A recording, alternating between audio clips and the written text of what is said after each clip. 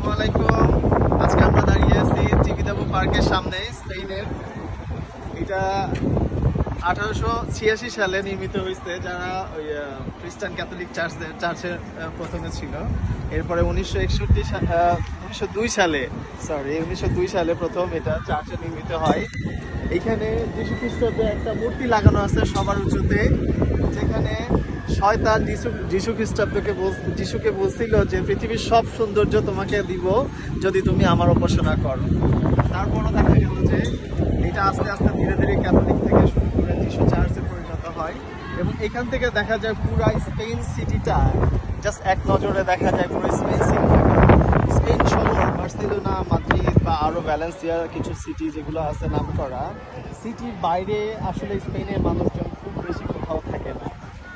পুরো সিটিটা এখান থেকে দেখা যায়। ইভেন এখানে হিস্টোরিক্যাল চার্চ, যে চার্চটা আছে, এটা স্পেনের মানুষদের ধর্মীয়, পারিবারিক এবং ওদের এখানকার যে ঐতিহাসিক নিদর্শনগুলো আছে তার মধ্যে একটা এই চিবিদাবু পার্ক। ওয়েলকাম।